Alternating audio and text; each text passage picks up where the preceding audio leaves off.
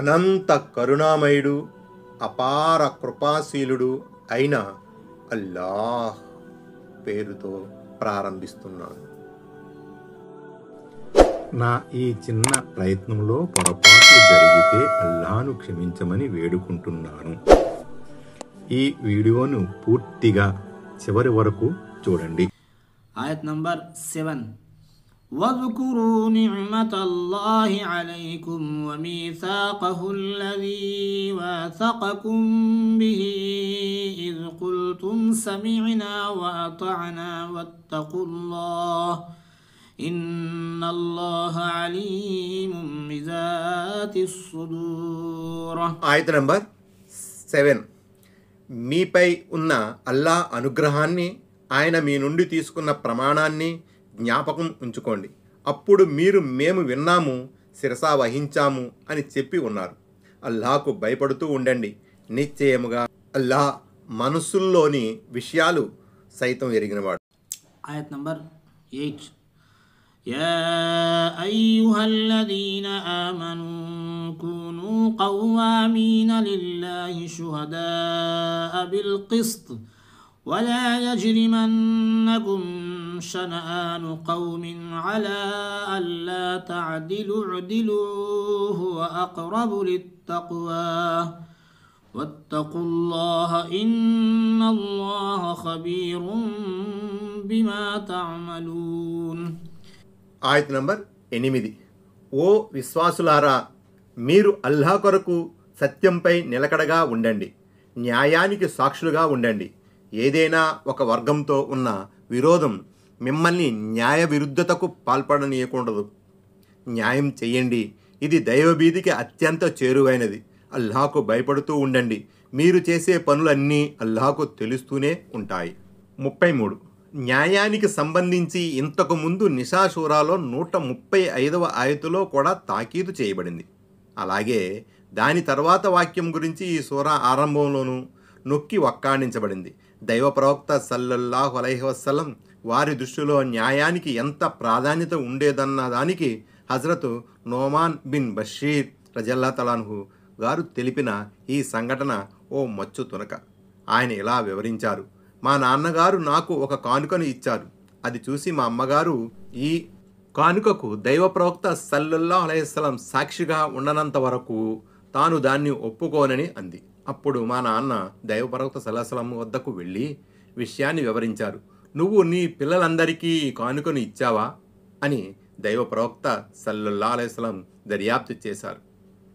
లేదని మా నాన్నగారు బదులిచ్చారు. మరైతే అల్లాహకు భయపడు, సంతానం మధ్య న్యాయాన్ని పాటించు, నేను అన్యాయానికి సాక్షిగా ఉండను అని చెప్పారు. సహీ బుఖారీ, ముస్లిం, కితాబుల్ హిబా. ఆయత్ నంబర్ 9.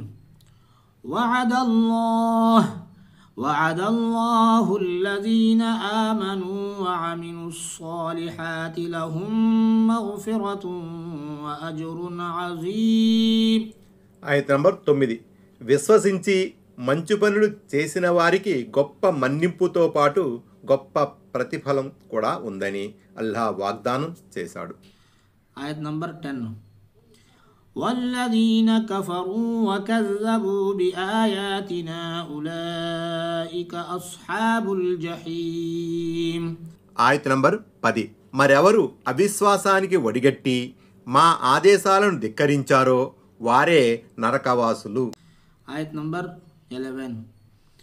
يا أيها الذين آمنوا اذكروا نعمة الله عليكم إذا هم قوم أن يبسطوا إليكم أيديهم فكف أيديهم عنكم واتقوا الله وعلى الله فليتوكل المؤمنون. ఆయత్ నంబర్ 11. విశ్వాసులారా, అల్లాహ్ మీకు చేసిన ఉపకారాన్ని కాస్త జ్ఞప్తికి తెచ్చుకోండి. అప్పుడు ఒక జాతి వారు మీపై చేసుకోవాలని అనుకున్నారు. అయితే అల్లాహ్ వారి చేతులు మీపై లేవకుండా ఆపాడు. అల్లాహకు భయపడుతూ ఉండండి. విశ్వాసులు నమ్ముకోవలసింది కూడా అల్లాహనే. 34. ఈ ఆయతు నేపథ్యంపై ఖురాన్ వ్యాఖ్యాతులు పలు సంఘటనలు పేర్కొన్నారు.